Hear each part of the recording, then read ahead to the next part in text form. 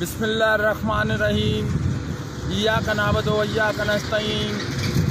मैं कंडियारो से 5 किलोमीटर पहले मौजूद हूँ इस स्पॉट पर, जिस पर अरबों रुपए का माल इस तरह पड़ा हुआ है।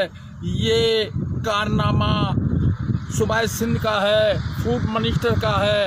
अब ये माल देखिए ये किस तरह पड़ा हुआ है रोड पर, और आवाम को गंदुम नहीं दी जा रही है, आटा महंगा किया जा रहा है और यहाँ गंदुम सड़ रही है, कोई पूछने वाला नहीं है। और गंदुम इस तरीके से पड़ी है जैसे घर के बाहर कचरा पड़ा हुआ होता है।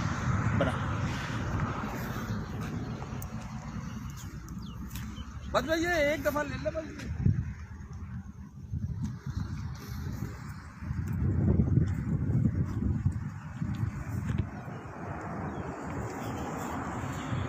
प्राइम मिनिस्टर साहब, अगर ये माल आपकी जेब से निकला हुआ होता, फूड अफसरान पास को इंचार्ज को कहता हूँ, ये आपकी जेब से माल निकला हुआ होता तो इस तरह ना पड़ा हुआ होता।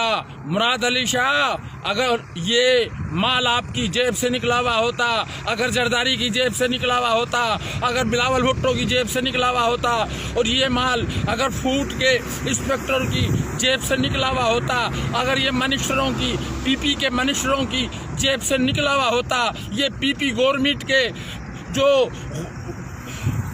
गुलाम है, जो करप्शन के बादशाह हैं, अगर उनकी जेब से ये पैसा निकला हुआ होता तो फिर इन्हें एहसास होता कि ये गंदुम आवाम को किस तरह दी जाती है और आटा आवाम को किस तरह दिया जाता है। आटा